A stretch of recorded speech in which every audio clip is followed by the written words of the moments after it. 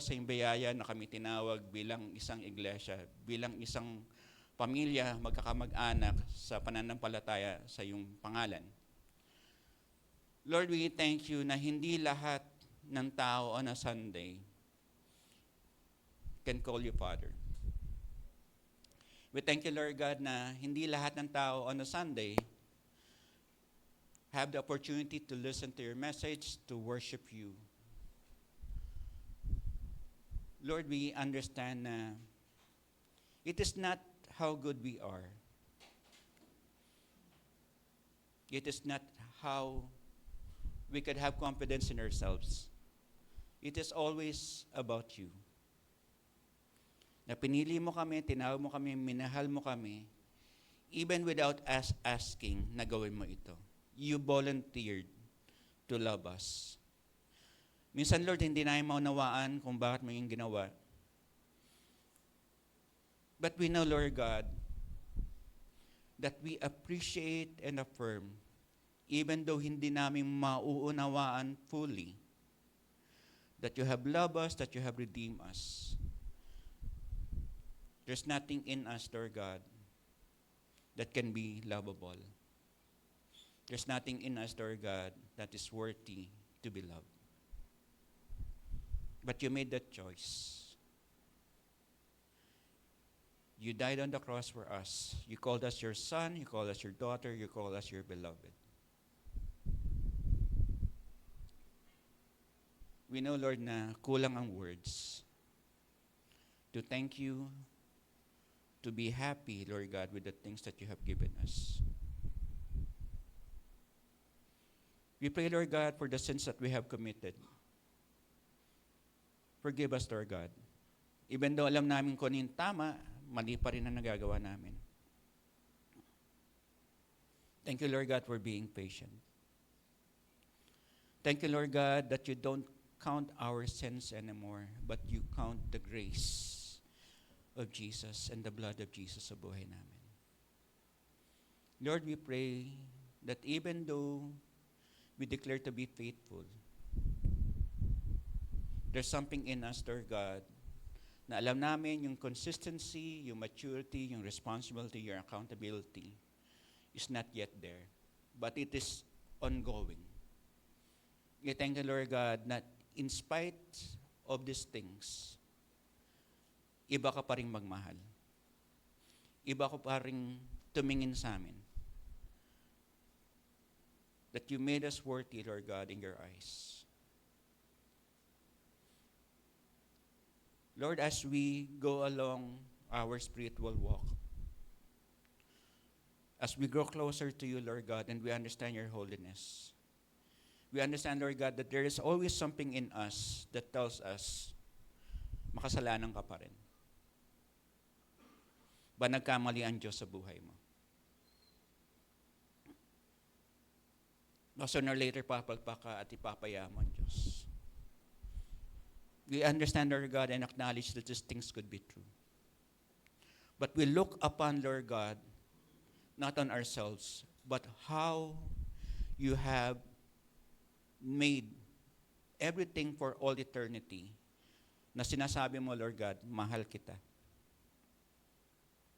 at pinili kita. And you could bounce back, you could come home, and you could be with me, regardless of the things that could happen. Mahal na mahal kita. Lord, we ask for your word to bless us. We ask, Lord God, that your word will continue to give meaning to our faith, to find relevance, Lord God, to find value in everyday life. That we look into your scriptures, Lord God, as your love letter to us, as your encouragement, as your instruction, as your warning. Lord, we thank you. We ask, Lord God, for the Holy Spirit to just come, have fellowship with us. Lead us, Lord God, to your teaching. Lead us, Lord God, to your fullness. We pray, Lord God, for every part of the congregation, every child of God na nandito, will have open ears, will have welcoming hearts, will have a mind like Christ. Continue, Lord God, to lead us. Continue, Lord God, to be with us. Have fellowship with us. In Jesus' name we pray. Amen. Thank you. Siya, no? So we're still with Samson and Delilah. Sa Judges po, no? Last time that we talk about Samson, no? Tapos ang problema natin kay Samson, alam natin, supposedly, he is called, he is chosen by God, but alam natin, as time goes on, when we look at his history, may kapalpakan, right? When we try to look at Scripture, you will see itong mga stories na to, sooner or later, para bang, these are not perfect stories. Okay? We understand these are stories of people na nagkakamali. These are stories of people na alam natin. Sooner or later, along the path, minsan, no, maano kayo, no, para bang, regardless of the number na pumalpal ka, nag-fail ka, may turning point eh. Yun ang maganda, no? When God intervenes in your life, God has a way to make things around. Hindi lahat sa buhay mo magiging palpak. Hindi lahat sa buhay mo panay blame. Hindi lahat sa buhay mo panay things na alam mo. Minsan, no, let's face it, lalo na yung mga matatanda dito. Hindi po nakatukoy kay, hindi ko po hindi na sa pastor, no? Ako lang. Okay. Lahat po ng matanda ng katulad ko, no? Mas matanda po sa akin sa pastor, eh. Okay, ganun. No? Yung childhood experiences natin, yung mga college days natin, elementary days natin, sooner or later, di ba, hindi naman lahat ng mga bagay na dinaan natin nakakatawa. Right? And sometimes, no, meron pagkakataon sa buhay mo, maski nasa jeep ka, hopefully, hindi ka nagmamaneho, nagmamotor. There are just some memories in your mind na bilang, gaganon, magigising ka, or marirealize mo, nung kabataan mo, parang sana hindi mo ginawa. And you come today, sa buhay mo, na parang nisip mo, ba't hindi ko nagawa ng maayos? At kung malalaman ng ibang tao, mamaya yung ibang tao, hindi ako kayang tanggapin. Lahat po ba ng mag-asawa dito, lahat po ba ng sekreto at kapalpakan nyo sa buhay, nasasabi nyo po ba? Hopefully, dapat, no? But there's something minsan in us na maski mag-asawa kayo for the longest time, na minsan hindi mo nasasabi, at minsan pag nasasabi mo, hindi mo nasasabi ng maayos. Right? And those things are part of our lives. Kaya minsan maganda nga, na parang sinasabi natin, Lord, salamat. Hindi ko maunawa ng pagmamahal mo, but that's more than enough for me. Okay? So when we look at Samson, parang sa simula, ang dami niyang potential. Unti-unti nakikita natin yung character na Samson na palpakis na. So, eto po tayo na. Basahin ka lang po yung text. Okay? So, ako po yung babasa ng first slide, hopefully second slide kayo po. Okay lang po ba? Okay. So, Samson went to Gaza, and there he saw a prostitute, and he went into her. And the Gazites were told, Samson has come here. And they surrounded the place and set an ambush for him all night at the gate of the city. They kept quiet all night, saying, let us wait till the light of the morning, then we will kill him. But Samson lay till midnight, and at midnight he arose and took hold of the doors of the gate of the city and the two posts, and pulled them up, bar and all, and put them on his shoulders, and carried them to the top of the hill that is in front of Hebron. After this, he loved a woman. Ito laging minsan no, para bang the turning point ng mga lalaki. He loved a woman in the valley of Shorek, whose name was Delilah. No? Before I give you the second slide, no? Yung background po natin last time, alam natin, meron pong ginawa si Samson, he was able to defeat his enemies. Tapos nang pagod na pagod siya, and God was able to restore his strength. So try to imagine, no, coming from a very spiritual adventure, coming from an intervention from God. Dapat na supposedly si Samson should be able to have that experience and say, revival na. Or in a sense, dapat straightforward na siya into godliness. Dapat maayos na yung kanyang pamumuhay. But when we try to look at this particular verse, after the spiritual adventure, after having been renewed by God, binigyan siyang panibagong strength. Mapapansin natin dito, no? Then Samson went to Gaza, and he saw a prostitute, and he went into her. From a very positive experience from God, Samson made a choice. Diba? Dapat, kung na-experience mo yung revival, if you are renewed by God, and God has intervened in your life, dapat maski paano yung walk mo dapat on a positive note. But when we look at this particular thing, no, para bang positive note, being with God, nagkaroon ng intervention si God sa buhay ni Samson, then this thing happened. Okay. Bakit? Alagay niyo. Tanong niyo sa akin, bakit? Magtatanong rin na sa inyo, bakit ba? Because people have a choice. Hindi automatic sa buhay natin that even though God has rescued us, na automatic tayong para sa Diyos. Experience natin yan. Right? Nag-Bible school ka, automatic ba na for the rest of your life, consistent ka sa devotion mo sa Bible, sa Bible? You were in ministry for the rest of your life? Consistent ba na hindi that you will be, in a sense, always wala kang backsliding tendencies? Kasi God is always teaching us, even in your spiritual experience, you still have a choice. Ang problema natin sa mga choices natin, some of our choices, alam natin, goes back to our nature na makasalanan tayo. And some of our choices, minsan, dahil sa carnality, dahil sa laman, or minsan sa lack of education, masasabi natin ganun. Kasi may mga philosophers na sabi, nagkakamali ka kasi you're very ignorant. Kung hindi ka ignorant, hindi ka magkakamali. May point yun. Okay. But when we look at the scriptures, sinasabi ng scripture, there's something in us na alam natin, maski given the best choices in life, we have the tendency to do evil. Mahal niyo po ba asawa niyo? Nasasaktan niyo po ba asawa niyo? Di ba parang ideally sasabihin, kung mahal mo ako, ba't mo sinasaktan? Kasi when we really look at it, we have two people, imperfect, has the problem of sin. Right? Kaya minsan sinasabi sa misis ko, para bang,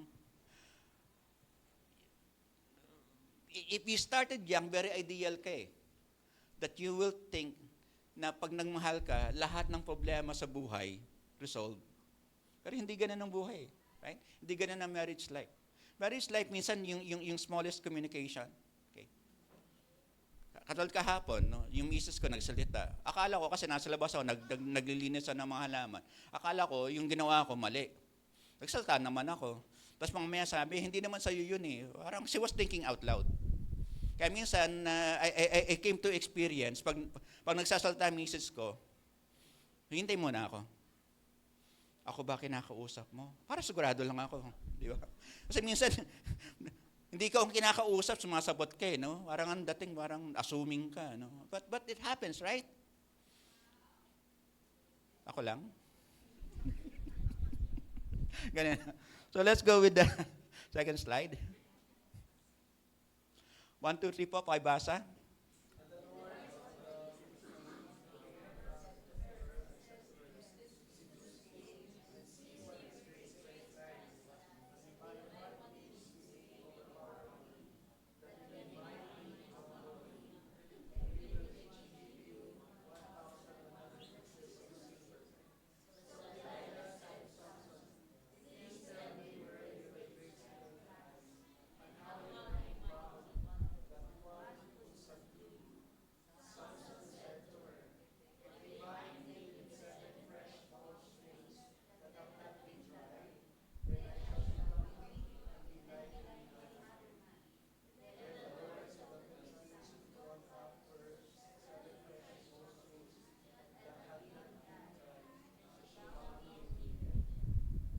Okay, so, nabasa niya naman po, no?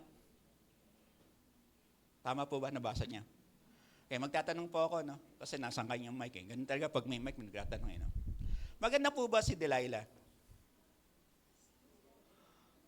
Nasa text po ba maganda si Delilah? Si Delilah po ba ay prostitute? Nasa text po ba na prostitute si Delilah? Unti-unti, nagiging critical na kayo in how you read the Bible. Okay. Yung first part po sinabi ron, and Samson went to a prostitute in Gaza. So that prostitute is different from Delilah. Malinaw pa, no? Pero pagdating kay Delilah, sinabi ba siyang prostitute? Yan na lumalabas yung mga theological assessment natin. Okay? Sinasabi ko lang po sa inyo, no? Kasi that's how I try to study the scripture. Kasi tinanong ko ng misis ko, maganda ba si Delilah? Sabi ko, the scripture is silent. Okay? But you could have a theological exploration na ang lalaki, commonly, ma-attract sa magandang babae. Right?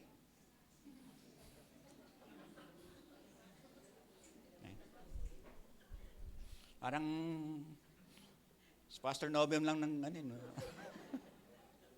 But what I'm telling you really, when we go back with human nature, ang lalaki visual. Right? So talagang pag ang babae maganda, he is attracted. Most of the time, when you try to really look at stories and experiences ng mga tao, karamihan ng naniligawan, almost 85% of the time, magaganda. Right? Yung the rest na hindi naniligawan, di ba sinabi ko 85%, no? I'm just giving you random numbers, no? The rest of the 15%, hindi po sila naniligawan kasi matatalino. So somewhere along the line, meron kayong, may joke doon, hindi ko makuha. Mamaya na siguro. No? Okay. Basahin ko po yung next slide, no? Okay. Verse 9, sabi doon, now she had men lying in ambush and in an inner chamber. Okay. Very important yung word ng inner chamber, no? And she said to him, the Philistines are upon you, Samson. Okay. But he snapped the bowstrings as a thread of flax snaps when it touches the fire. So the secret of his strength was not known. Then Delilah said to Samson, behold, you have mocked me and told me lies. Please tell me how you might be bound. And he said to her, if they bind me with new ropes that have not been used, then I shall become weak and be like any other man. So Delilah took new ropes and bound him with them and said, the Philistines are upon you, Samson, and the men lying in ambush were in an inner chamber, but he snapped off the ropes of his arms like a thread. No? Parang kung ikaw si Samson, no? Parang lumalabas si Samson clueless eh. Sino naman magtatali kay Samson? Right? Kung dalawa lang kayo, parang kami dalawa ni Mrs. pagdating sa no? Minsan, pag nakita ko, may baso doon hindi ko naman ginamit. Tapos sasabihin sa Mrs. ko, uminom ka ba dito? Sasabihin ng Mrs. ko, oo. Pero ako nagtatanong no? Para bang dalawa na lang nga kayo tapos hindi ko uminom Para bang, alam mo, no, in terms of ginamit But when we look at Samson, parang obvious naman yata na, minsan nisip ko, si Samson, may supernatural strength, kasi lang nga yung level of intelligence, para bang may question ka lang no? Parang sasabi mo. Or dahil supposedly, pag nang mahal ka, you have the possibility na maging bobo. Mas madaling tanggapin yun, no? Pag nagmahal ka, nagiging bobo ka. Sino po matatalino dito? Taas po kamay. Huwag po kayong magmamahal. Hindi po application yun, harang in-explore lang natin. Okay. Yun lang po yun. No? So, next slide po. 1, 2, 3, pakibasa po.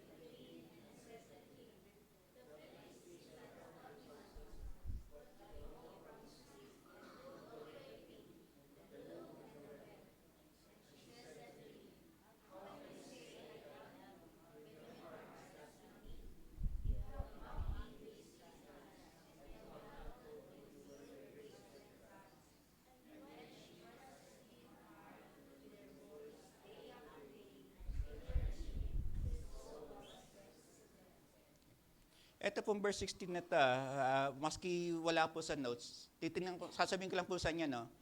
Ang babae, pag hindi nakuha ang gusto, nagnanag. Biblical po, yan, no? Nasa verse 16. Hindi po, nagana lang po ako, but may iba alam, totoo, no? Pero hindi ko po sinasabi officially yun, as a theological perspective, no? Parang sinasabi ko lang po, ito lang po, no? Para bang nagkakaroon ng uligan, parang application, no? O ba culture lang talaga yun? Okay? Kaya alam niyo po, kung mag-aasawa po kayo, pag yung babae nagnanagsan nyo, make sure na gawin niyo po. Kasi magnanag po sa inyo. Imagine mo, maski natutulog ka, ginagawan ka ng masama, hindi mo alam. Diba? Pero Kristiyano po tayo, no? So, hindi po applicable sa atin. Sana. Uy, ganun yun.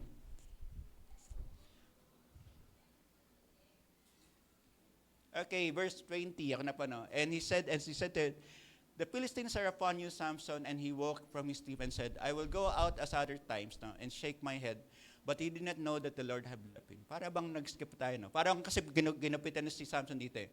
And the Philistines seized him and gouged out his eyes and brought him down to Gaza and bound him with bronze shackles, and he ground at the mill in prison. Verse 22 is one of the important verses, no? But, kaya tuntua ko pag mayroong word na but, eh. Kasi, it gives you a turnaround, no? Ano sinabi, mahirap dati yan. Parang siguro si Dayan. Si Dayan, mahina sa engineering. But, pumasa sa board. No? Parang ganun, no? Parang, okay. Pero ang Filipino culture, minsan may yun tayo, no? May konting minsan positive, kasi lang nagkaroon tayo ng but, no? But here, mapapansin natin, no? Itong verse 2, but the hair. Diba? Yung alam natin, when we look at the story, yung source of strength ni Samson is on the hair. Tama po ba? Hindi nga lang. Pero sinasabi ko po, no? Hindi po nagkakamali.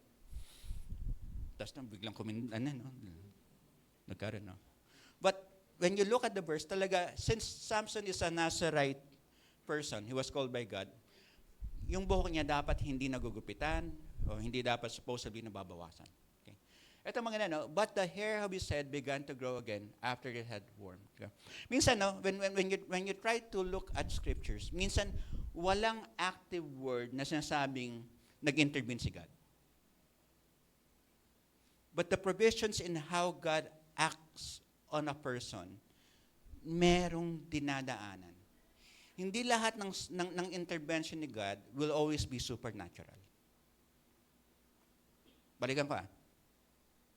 Hindi lahat ng intervention ni God will always be supernatural. He uses also natural means. Kaya nga ito, maganda ito, no? But the hair. Remember, when Delilah supposedly, quote-unquote, pinutulan ng buhok si Samson, that's the time Samson became weak. So, nakulong si Samson, nahuli si Samson, inalis siya ng mata, di ba? Parang Game of Thrones lang, no? Parang Kadiri. Tapos nun, kita natin, no? Pinarasahan siya. Tapos nun, but the hair of his head. Pero, try to imagine this, okay? Medyo explore lang natin, no? Even in the time in which wala nang mata si Samson, in which supposedly he was in prison, limited na yung freedom niya, God has a way to provide a solution even in difficult and dark times. We just need to acknowledge and accept, paano ba gagalaw ang Panginoon sa buhay ko? And these are things that are very important for us as Christians and believers. Kasi, mahal ka ng Diyos, eh. Mahal tayo ng Diyos. If God did not spare His own Son to bring you from sin into light, ano pang pinaka-problema na pwede mong harapin that will be greater than the punishment of hell and death? Ano pang problema na pwede mong harapin that will be greater from the punishment of hell and death? Parang wala na, right? But we will always experience something in our lives that seems to be difficult. Which is true. Why? Tao tayo eh. Nasa lumang pa tayo eh. Kaya minsan pinag-pray ko, hindi alam ng misis ko, Lord, kuhanin mo na ako. No, minsan pag napagsabihan ka, no, Lord, anong ganun, no?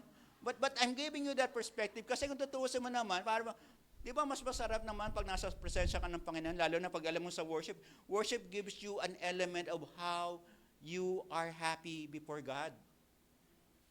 Di ba? When you are happy before God, gusto mo si God na lang lagi, right? But the perspective that I'm teaching you, habang nasa laman pa tayo, habang nabubuhay pa tayo, there will be always challenges. But the point is, if God has taken us from the final judgment of sin, of death, and hell, then the rest of the problems that we face, hindi na ganun kalala. Right? Kasi lahat ng Kristiyano mamamatay. Alam mong may pupuntahan ka naman. Right? Kaya minsan nagbibiro kami ni Mrs. Sabi ko, yung mga kamotin drivers na sana maging Kristiyano sila. I'm saying that kasi alam mong reckless eh. But the perspective, sana Lord, makarinig sila. Why? Kasi minsan, ang hirap baguhin ang ugali. Right? Lalo matanda ka na. Kasi ang hirap i-untrain yung ugali ng isang tao. Okay. So, ito po ang ating big idea. Okay? Moral failure compromises your spiritual calling. Okay. Gano'n ka man lang kagaling, gano'n ka man lang tinawag, kung ako po ay pastor or bishop, tapos then you are leading a very big congregation or a number of churches or a family of churches, bumagsak ka lang sa sexual sin. Di ba? Ang dami na. Last month, we have one senator na may nag-comment, pastor pa naman yan. Ganyan. Okay. Tapos noon, from the camp ni Senator Cayetano, napunta sa camp ni Gatchalian. Right? Ilan po ba yung mga Kristiyano sa Senate na alam nyo?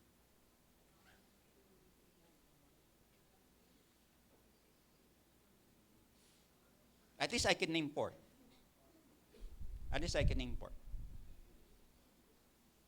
But nakita ko yung mga comment during that particular time. Supposedly, when I look, pastor pa man din. Tapos nakita ko yung mga dating mga video niya na ganyan-ganyan. Sabi ko, okay. I was just trying to understand. Siyempre, people are coming from that particular point. Siyempre, alam. Okay. But sabi ko nga, yun ang problema eh. Anong guarantee natin na pag tinawag ka ng Panginoon bilang isang pastor o bilang isang leader na hindi ka magkakamali? What's the guarantee? Wala. Walang guarantee. Kaya there's always a risk. Si God will always take the greater risk sa'yo na pag nagtitiwala ang Panginoon sa'yo, even mag-disciple ka eh. Magkamali ka ng pagtuturo mo sa disciple mo eh. May impact, may effect. Meron. Sa mga anak nyo, magkamali ka sa pagtuturo sa anak mo, may impact, may mali, meron. I'm gonna give you an extreme example. Malay mo sinabi, dapat ang national president si ang national hero dapat si Andres Bonifacio. Tapos nagkaroon ng exam, multiple choice. Who is the national hero of the Philippines? Andres Bonifacio, Juan Luna, Dr. Jose Rizal, sino pa pwede? Enrico Lucena. Dede, sobre na yun, okay. But the point is na, alam mo, dahil ikaw, nagsabi ka na si Andres Bonifacio, sooner or later, yung anak mo, ano gagawin? Baka si Andres Bonifacio, right? No? Pero alam mo, nagkamali ka doon. But, kasi ganun eh. What I'm telling you is that sooner or later, lahat tayo nagkakamali. And we do not know the effect kung hanggang sa yung pagkakamali na yun.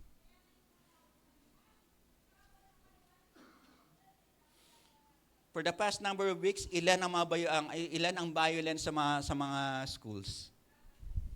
Hindi lahat reported. Right? Coming from a guidance counseling office, alam ko when I talk to some of my students na nasa DepEd, almost every week may mga nagsusuicide. Okay? But those are not documented. Okay? Now, the big question is just eto, no?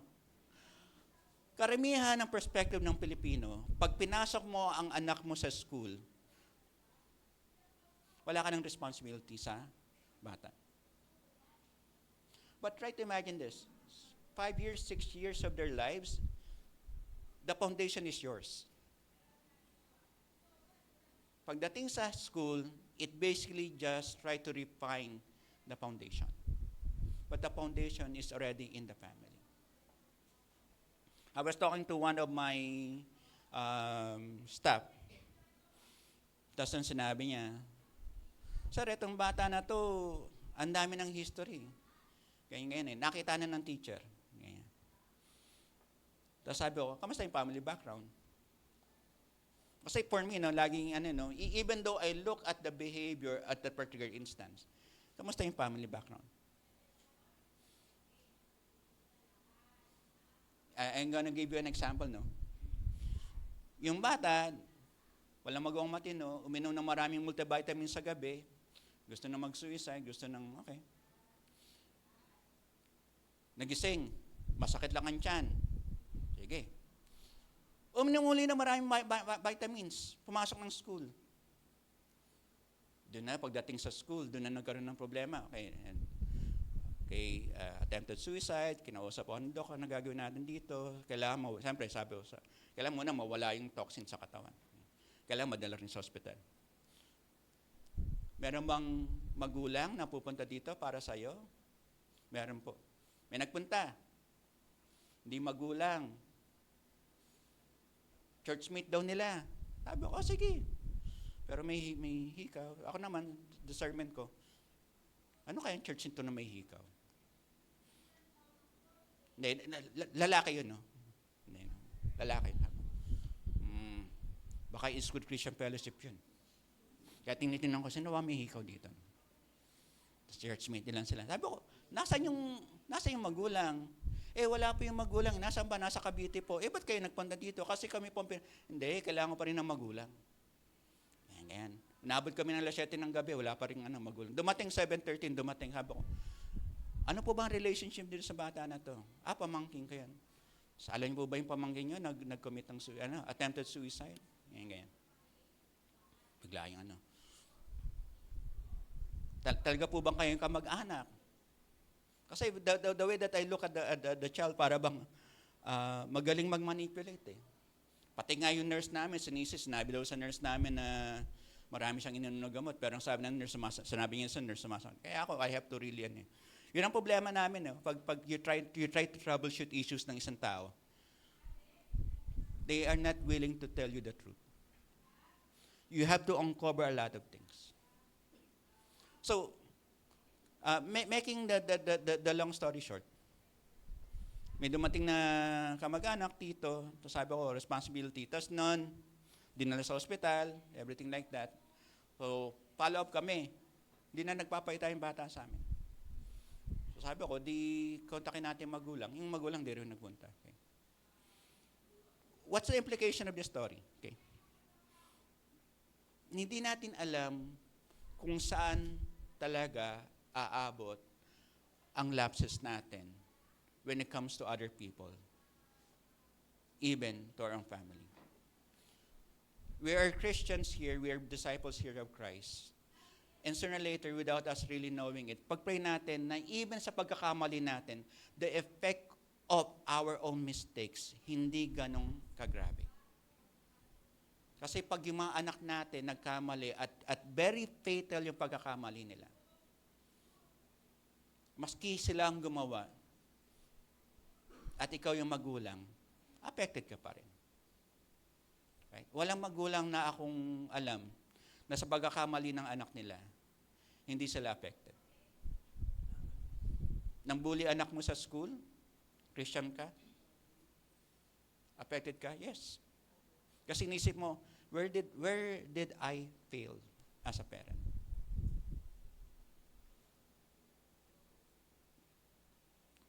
Sobering. Kaya it's very important that we understand that tayo, hanggang maaari, we might not live perfect lives. But in the things that we might fail, we pray that this is not a failure, that other people will suffer greatly. Okay. So, dalawa lang po yung points ko ngayon. Okay. Kasi pag, dati po panitatlo, no? Kasi yung third point ko naging pointless, kaya dalawa na lang po ginawa ko. Okay. So, ito po yung first point natin, no? The cast of the story. Okay. When we look at the cast, no? Yung cast po, yung mga characters po, no? Okay. So, ilan po yung character na nakita natin when we look at the passage beforehand? Tatlo, no? Oh, marami, tama naman si Brother Paulo. Kasi more than one, marami yun eh. No? So we have Samson, we have Delilah, and the Philistines. Okay? But the two main characters are Samson and Delilah. Okay? Kaya nga maganda, no? Maski binabasa natin yung mga text, basahin rin natin yung mga heading. Diba? Samson, the story of Samson and Delilah. Kaya alam mo si Samson and Delilah yun. Okay? So sino ba si Samson? Okay? Laki ng katawan, no? Parang si music yata ito eh. Pero parang AI ni music, no? Okay? Samson is a Nazarite. Okay? He is selected from the time of his birth to be an example of a life dedicated to God. Okay? So magre-review tayo. What are the three things na dapat, no? Three things, tas apat nakalagay, no? What are the three things? What are the three things? Okay? What are the three things dapat meron ka makikita sa Nazarite? What are the vows? No? Yung vow, hindi po yung pagyuko, no? Yung sabihin yung oath. Okay? Dapat po siya ay hindi po siya magpapagupit. Kaya, kung marami po kayong nasa right sa isang community, bawal po kayong magtayo ng barbershop. Okay? Alam natin yan. Okay? Pangalawa, dapat hindi siya ihipo ng dead person or dead animal. Okay? So, kung po ay nasa Nazareth community, bawal po kayong magkaroon ng funeral parlor. Okay? Okay? Pangatlo po, dapat po hindi po siya iinom sa fruit. Yung bata ba, nag-enjoy sa corny joke ko? Para sigurado lang ako. Okay. At least pag tumanda yung bata na yun, Pastor, bata pa lang ako, naririnig ko yung corny joke mo. Okay. Pangatlo, dapat po hindi po siya iinom something of the grapevine. Okay. So nakatapon natin, no? Tatlo po, no? Okay. Yung lahat na yun, nagawa ba ni Samson? Yung dalawa, try to imagine this now. Kinasal ka, when we go back with the preceding verse, walang inuman? Meron. Diba? When we also go back to the previous story, di ba gumamit siya ng jawbone, tas nun, di ba? Patay yun eh. Di ba? Pero minsan, when you try to look at the scripture, alam niyo ang scripture, para bang, he does not give every fault ng character na yon just to prove a point. Para when there's always something that we look at as stories. Okay? Sino po ang susunod, no? Ito yan. Pero siyempre, kung papansin natin, ano yung pinaka hindi nasabi sa text? Even though he was a Nazarite person, ano po, yan, parang bumili siya tato. Okay. He was physically strong, he is morally weak, he is spiritually lukewarm. Alam po yung lukewarm? Okay. Ito po yung yung malahinang lang na para hindi malamig, hindi mainit. Okay. Para yung kape na mahal na binayaran mo sa Starbucks, 3 oras ka na, nakaganon ka pa rin. Yun yung lukewarm. Siyempre, example lang po yan. Okay. So, he is spiritually lukewarm. Alam niya naman eh, di ba? So, let's talk about carnality. No?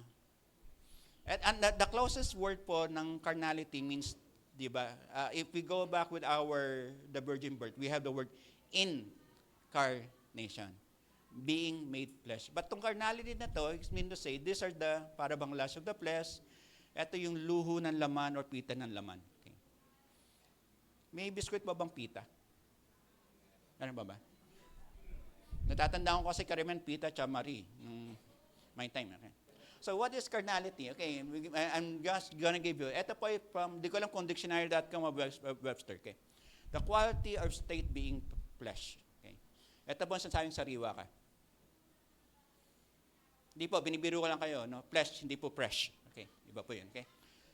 Fleshly lust or indulgence, sensuality, indulgence of the senses, worldliness, are carnal acts, specifically sexual intercourse. Okay. Mapapansin po natin si Samson, ito na, physically strong, but yung kanyang personality, medyo may mataas yung kanyang libido. Alam niyo po yung libido? Yung sexual desire niya masyado po mataas. Okay?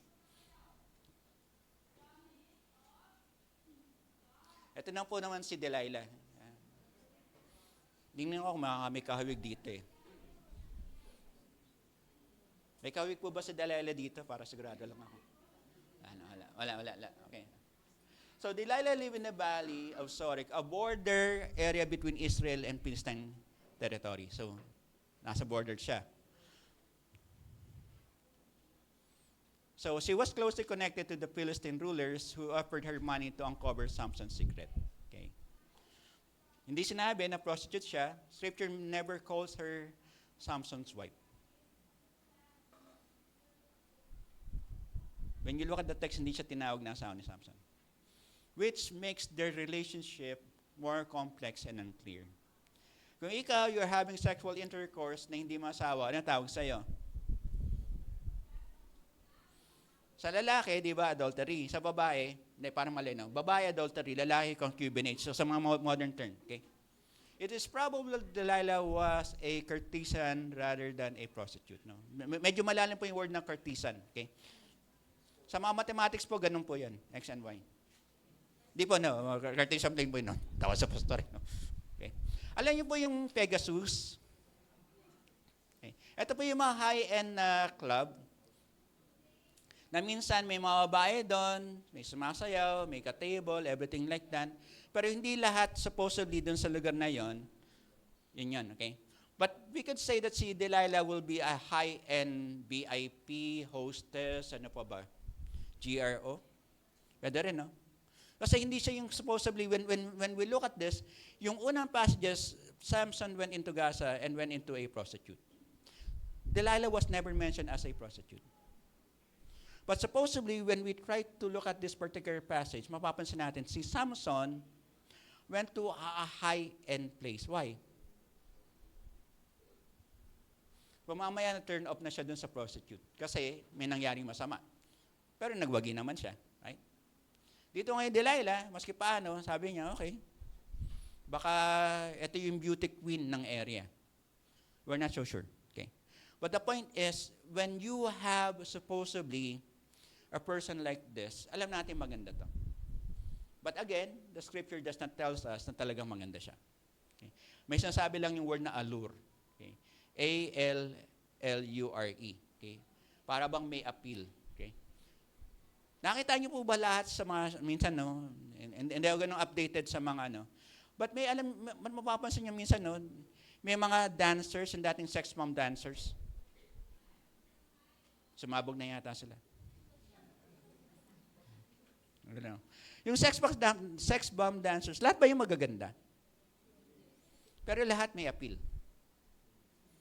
Oh, ikaw ba naman, magpakita ka ng ano mo eh, ng balikat mo eh.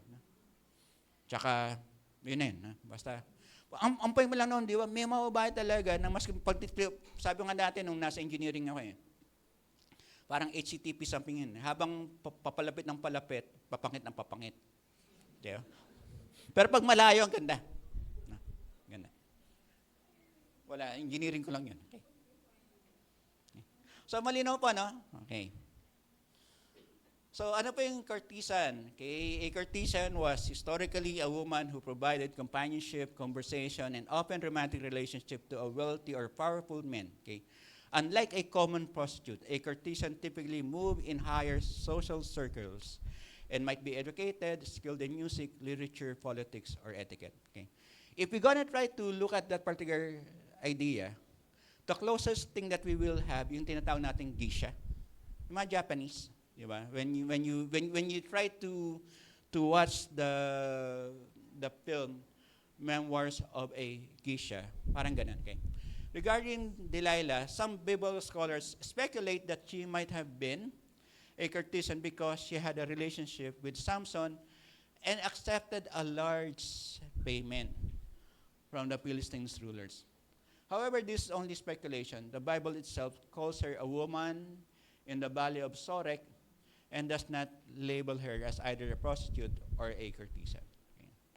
So malinaw po tayo, no?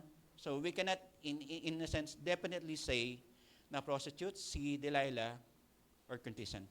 But yung freedom natin as a Bible teacher goes to that point. Okay. But we cannot conclude. Okay. So minsan mapansin nyo, ba't gano'n ang Bible? Parang ang daming mga stories na bitin. Okay. Marami po talaga. Minsan gusto kong gawin yung mga stories na bitin, na pagdating sa dulo, may conclusion ba tayo? Wala. Kaya nga bitin eh. Yeah. So ito po, ano yung first point po natin? The cast of the story po, Ito po yung second point natin, the cause of carnality. Okay. Okay. Makita mo sa verse 1, Samson went to Gaza and there he saw a prostitute and he went into her. Okay.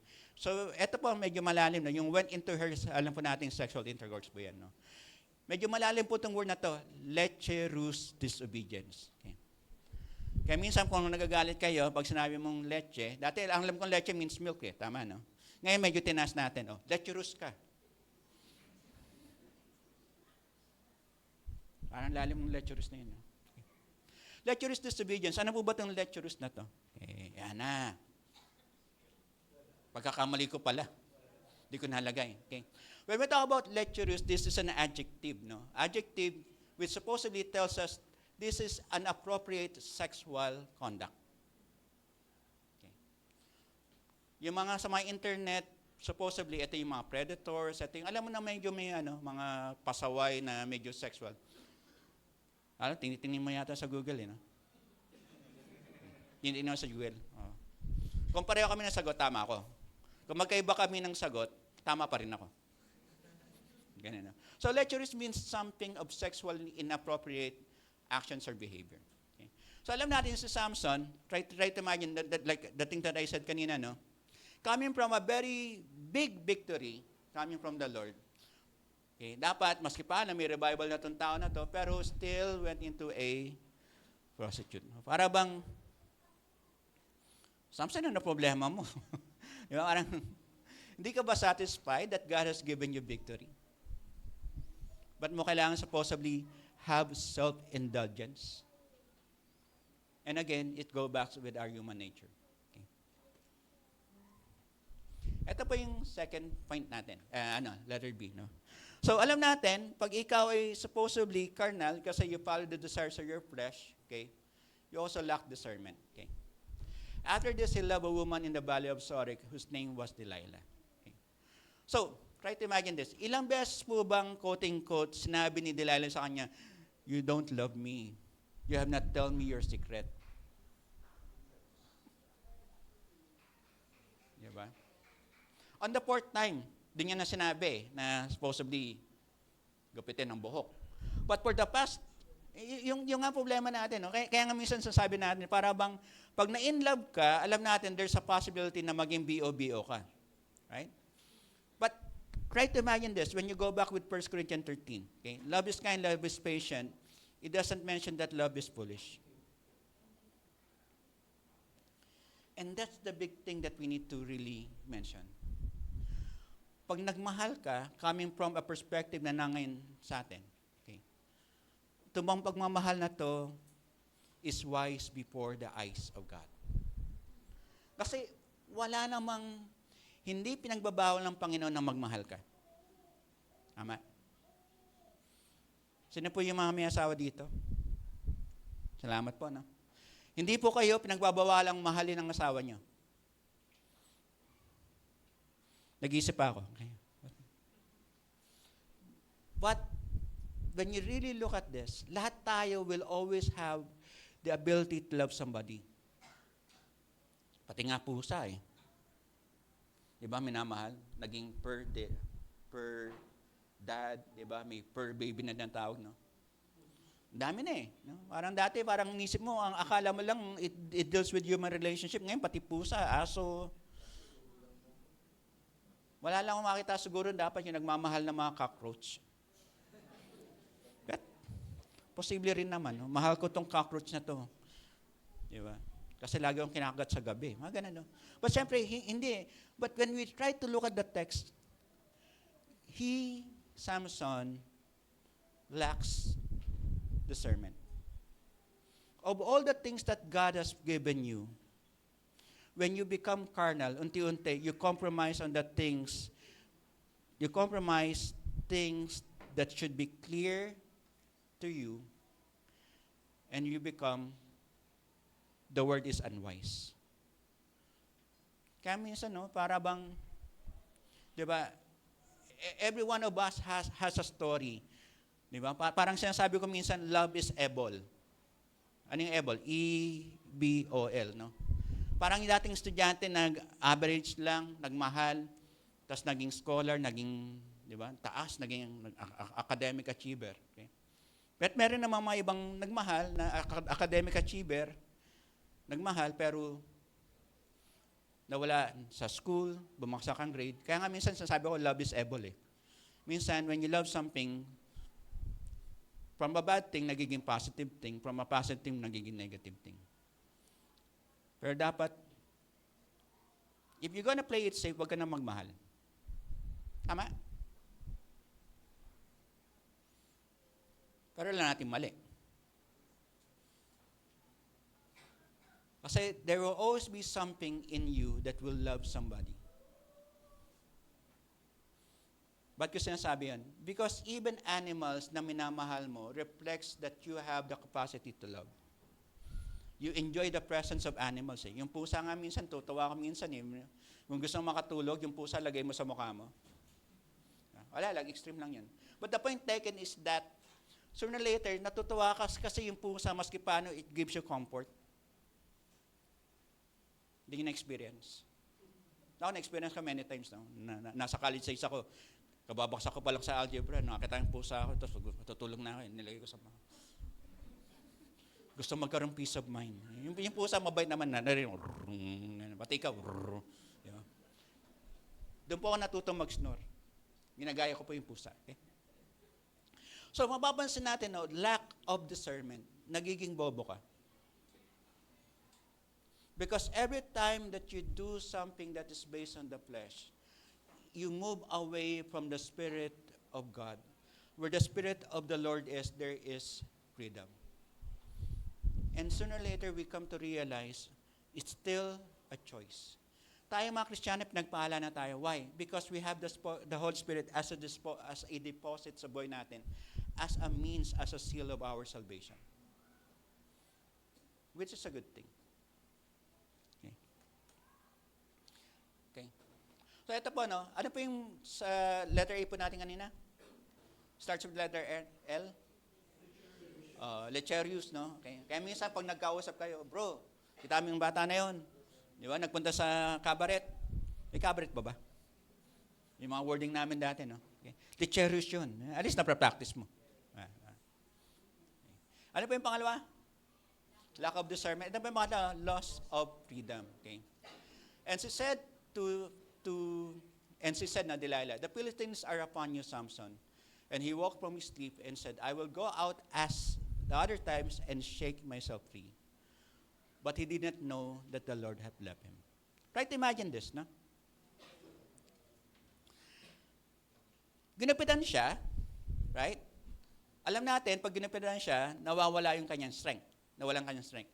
But eto, tingnan ito. But he did not know that the Lord had left him. Diba? Yung freedom ng isang tao, if we're gonna have a correlational study, no? Yung freedom mo is based on how the Lord works in your life. Freedom from sin reflects on how the Lord works on your life. Freedom from the fear of death tells us how the Lord works in your life. Kaya nga when you look at the gospel, kaya katulad sinabi ko, no, where the Spirit of the Lord is, there is freedom. Try to imagine this, no? Yung buhok is a natural element. But the Lord have left him. there is a spiritual element even though in our lives, no? Para bang the things that God has given us, even though, quote-unquote, mawala yung natural element, it coincides na meron rin nawawala sa buhay natin. Kaya ano? Sabi niya doon, no?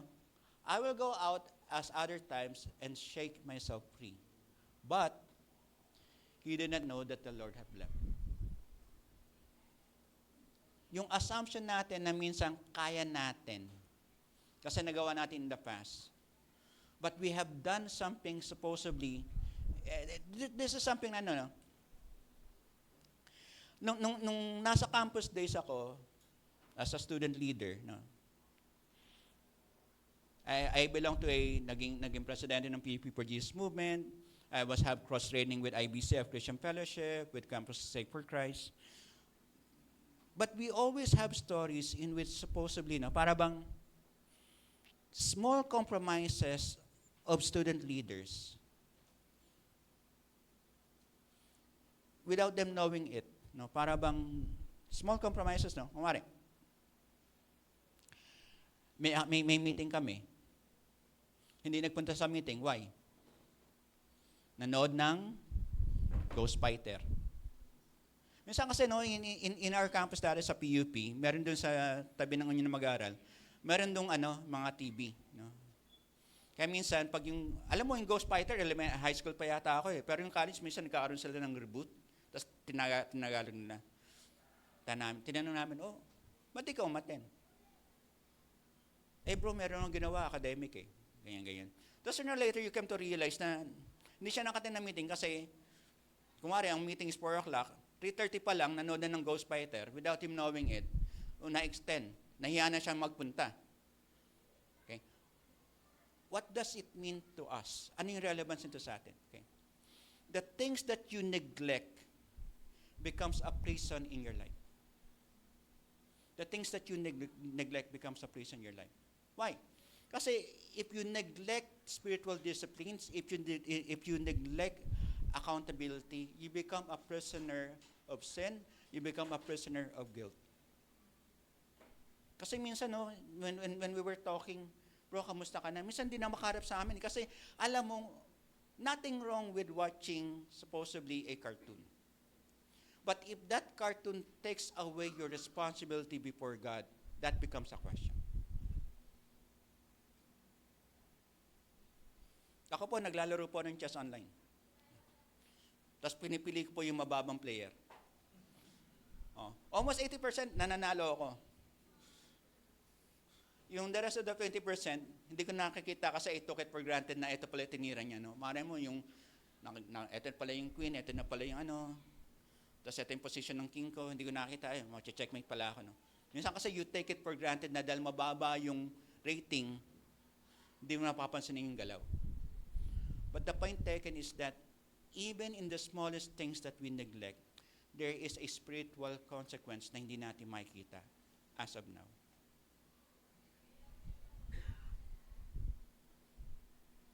Meron pong lahat na consequences for every failure or lapses that we have in life.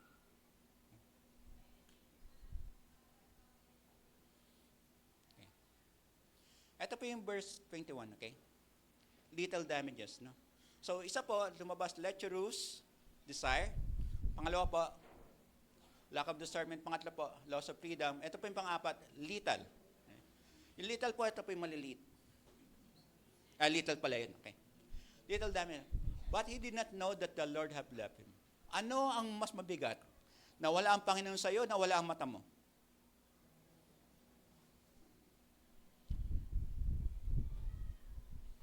Anong mas mabigat? Na wala ang Panginoon sa iyo o na wala ang mata mo?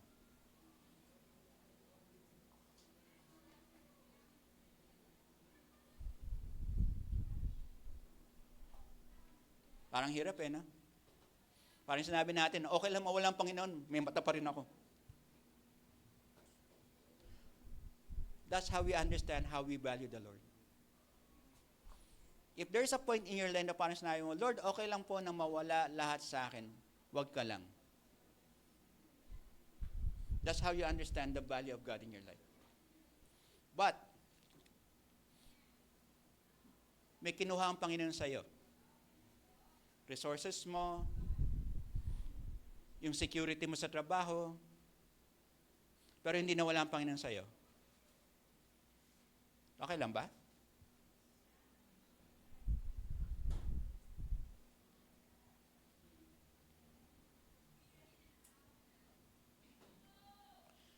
There is somebody who wrote a hymn, "It is well with my soul."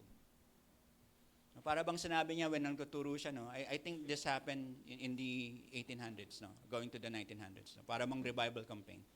Parang nagtuturo ng nagtuturo ang tong preacher na to, tapos somebody blurted out. Parang hindi ako mahal ng Panginoon kasi lahat sa akin kinuha. He was just being spared. Okay? Etong preacher na to, na-experience niya after a number of months or days, nawala anak niya, nawala asawa niya, everything, no? Parang, when he was able to write that hymn, sinabi niya, "It is well with my soul." Sabi niya, maski lahat ng bagay mawala sa akin, wag lang ang Panginoon. Now, reality bites. What is the number one security mo ngayon sa buhay? Na pag kinuha ng Panginoon, you will have a struggle. Balikan ko yung tanong ka. What is the number one security mo sa buhay ngayon? Na pag kinuha ng Panginoon, you will have a struggle. Trabaho mo ba yan? Resources mo ba yan? Family mo ba yan? Asawa mo ba yan? The reason that I'm asking that question, because we understand, kung ang Panginoon lang talaga ang ultimate source of value mo, then the rest are all blessings and favor from the Lord. Ako dati, no, when namatay tatay ko, nagtatampo ako. Lord, hindi man lang ako nakakita natapos engineering ko. Yung namatay nanay ko, Lord, hindi man lang nakita ng nanay ko natapos ako sa theology ko. Okay. Struggle ako sa pag-aaral kayo. Kasi you were a working student. Eh. Parang for me, I was looking for a favor na sinasabi ko, Lord, makita mo lang ng magulang ko kasi laging sinasabi ng magulang ko sa akin, makatapos ka ng pag-aaral. At alam ko kung paano ginagapang ng magulang ko. Pero nung nandun na ako, Kristyano na ako, tapos sabi, Lord, parang tatampo ako, syempre. Tao lang. Pero you came to realize, sabi ko, sige, may nanay pa naman ako eh. You have your rationalizations. Pero yung namatay yung nanay ko, tampo pa rin ako sa Lord. Sabi ko, Lord, parang unfair naman ito eh. Why? Ating ka ng church, Happy Mother's Day, sakit. Ating ka ng church, Happy Father's Day, sakit. Kaya nga sabi ko, pag mga special occasions, ayokong umattend. Why? Masasaktan lang ako eh. Mariremind lang ako na there's something in me na mahal ko na hindi ko nakasama. Then I said to myself, Lord, whatever happens, mawala health ko, mawala yung mga gandang bagay, okay na ako. Kapiling ko kayo. Pero siyempre, there's something in me that I understand. Okay? There will be a sense of loss. But it's no longer a sense of regret. Balikan ko ha. There will be a sense of loss. But it's no longer a sense of regret. Ngayon, di ba, pag na Happy Father's Day, maski wala kaming anak, wala kaming ano, di ba, okay lang, tanggap ko yan. I understand it is before the Lord. Happy ako na nakita ko si Brother Roel, yung mga anak niya, no, nasa UP. Dati inisip ko rin kung magkaroon ng anak, nasa UP rin eh. Kasi taga-Tondo eh, no? UP Ananlata.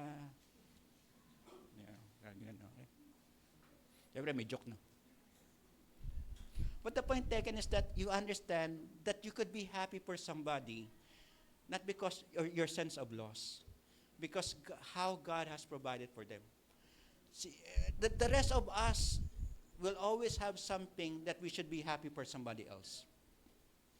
But it does not take away the joy that you have in the Lord. Si Brother Sam, nagkaroon siya ng apo. Okay? I'm happy for him. Pero ako minsan nisip mo yung dati, hindi ako magkakaroon ng apo, wala kaming anak eh. Para bang lost ko yon, parang ganun. Then you came to realize how God works in your life. That you are happy for somebody, not because tinitingnan mo sila na wala ka. Kasi pare-pareho naman tayo na mayroong Panginoon sa buhay natin. And that is supposedly the ultimate source of our happiness. The rest of the things na binibigay ni Lord, it could be different for everybody. But the point taken is that sooner or later, wala ka doon sa posisyon, ay wala akong ganon, hindi ako happy. Lord, meron siyang ganon, I'm happy for him kasi yun ang blessing mo sa kanya. Iba yung blessing sa kanya, iba yung blessing sa'yo. Right? But the point taken is that sooner or later you come to realize, Lord, it is always you that will make me happy. You are the treasure. Kaya kanina yung kinakata na that your beloved ni Brent Helming, it goes back in me na para bang may kumurot. O Rico, okay ka pa ba? Na even though na-experience mo na wala kayong anak, na si Mrs. supposedly nag-ectopic, and kami, dati kasi mga 10 years old lang kami, ngayon nasa 20 na eh. No? Para bang alam mo, imposible na yun. But we come to a point na parang sinabi mo, I'm happy for the other people na nandito, that they have their blessings that are different from our blessing. Kasi when it comes to God, it is God who decides what are the blessings for you. Okay? Okay. So ito po yung closing thought po natin. No? Verse 22. Okay. But the hair of his head began to grow again after it had been saved. Okay. A man can recover his gifts and calling when he experienced revival in his life. Parang ang layo naman, no? Buhok lang Buhok lang eh. Sino po dito yung nagpapagupit? Taas pang kamay. Sino po dito yung habang nagpapagupit, nakakatulog? Nantok ako eh. Kaya gusto nga minsan pag gumugupit sa amin, medyo matagal eh. Kasi naka-aircon ka, di ba? Ganun. Okay. Try to imagine this. Okay. Nawalan ka na ng mata. And you are toiling, grinding around the mill for how many number of days, months, or even years. Okay. Then sooner or later, para bang hindi mo alam, pag yung buhok ba natin, unti-unting lumalabas sa scalp natin, nararamdaman natin. Hindi, no? Kayo minsan, pag araw-araw tumitingin sa salamin, kailan niyo po nare-realize na makapal na yung buhok niya? O yung may iba, kailan niyo nare-realize na pawala na yung buhok niya? No? May iba, ganun. Okay? We don't realize it that every day there is something that God is doing in our lives. For Samson who has lost his eyes, grinding, sabi niya, unti-unti na para bang nung bumabalik ng buhok niya, even though he was broken, God is giving him hope. Buhok ang symbol mo that you were called to be a judge. Buhok ang symbol mo that you have a higher purpose in life. When nawala yung supposedly mata niya, the senses, di ba minsan pag nawala yung mata, the other senses works na mas mataas. Yung buhok, try to imagine this. Ako inisip ko, when did Samson realize na unti-unting lumalago ng buhok niya? But there is a time in which that you will realize yung buhok ni Samson tells us a story of how God works silently, gradually in our lives. Ang maganda po kay Samson is this no? Again, the word but. In the lowest moments of your life, but God is working behind the scenes. In the lowest moment of our lives, God is working behind the scenes. From Horizon Ministries, for almost 20 years of my life, I was with there. We started as a campus ministry. Then, sabay-sabay kami nila na Pastor Madik. Ahead ako sa kanya ng 1 year sa Bible school. Tapos nung the closeness that we have as pastor and pastoral staff, and the closeness that we have, nakita namin yung church namin, konti lang, unti-unti lumago. Tapos nung nagkakaroon ng pera, everything like that. Para bang, happy na ako eh. Happy ako eh. Alis ba ng Horizon? Ayoko. Happy ako eh. But sooner or later, you were forced beyond something that you cannot deny, naalis ka.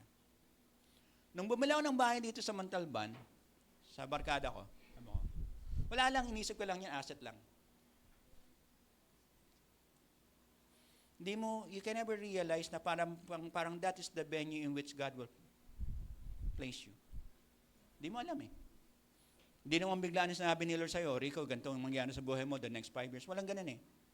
But sooner or later, no, parang you come to realize, okay, there are things in your life that God will be asking you to a higher level. Okay?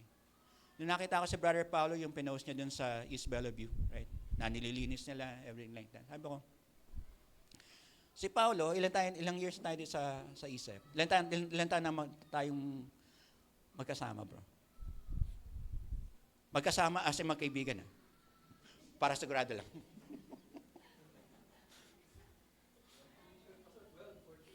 Sige, para mabilis sa math, 10 na lang. Okay. Mabilis kasi pag 10 eh. No? Okay. So alam natin, makikita natin si Brother Paulo once in a while kasi nasa church planting ministry na sila eh. But when I try to look at Brother Paulo, sabi, ilang years ka na dito, unti-unti, this becomes part of your home. This is the place in which you grow. Parang dati na when I was in Horizon, this is a place to believe, a place to become, a place to belong.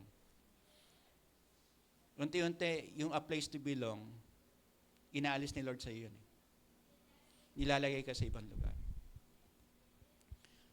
Then sooner or later, you come to realize, it is always with the Lord that you belong. That is also with Samson.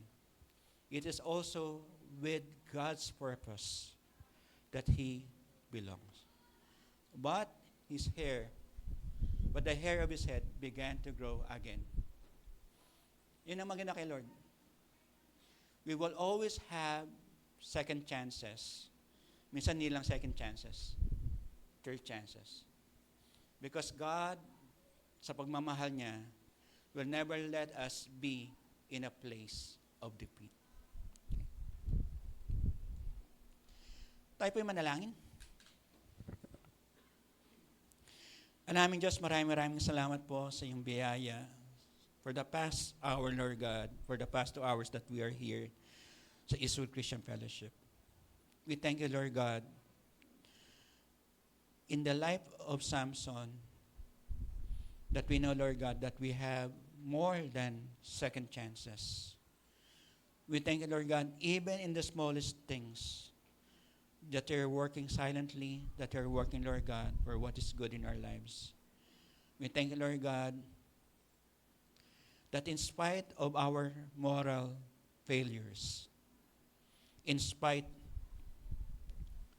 of the things that we call sin, of the things that limit our potential, nagtitiwala ka pa rin. Lord, we thank you for that trust. We thank you, Lord God, for that grace. We thank you, Lord God, for that favor. We thank you, Lord God, for the life of Samson. Tayo po ito for our closing song, and let me also give you the doxology.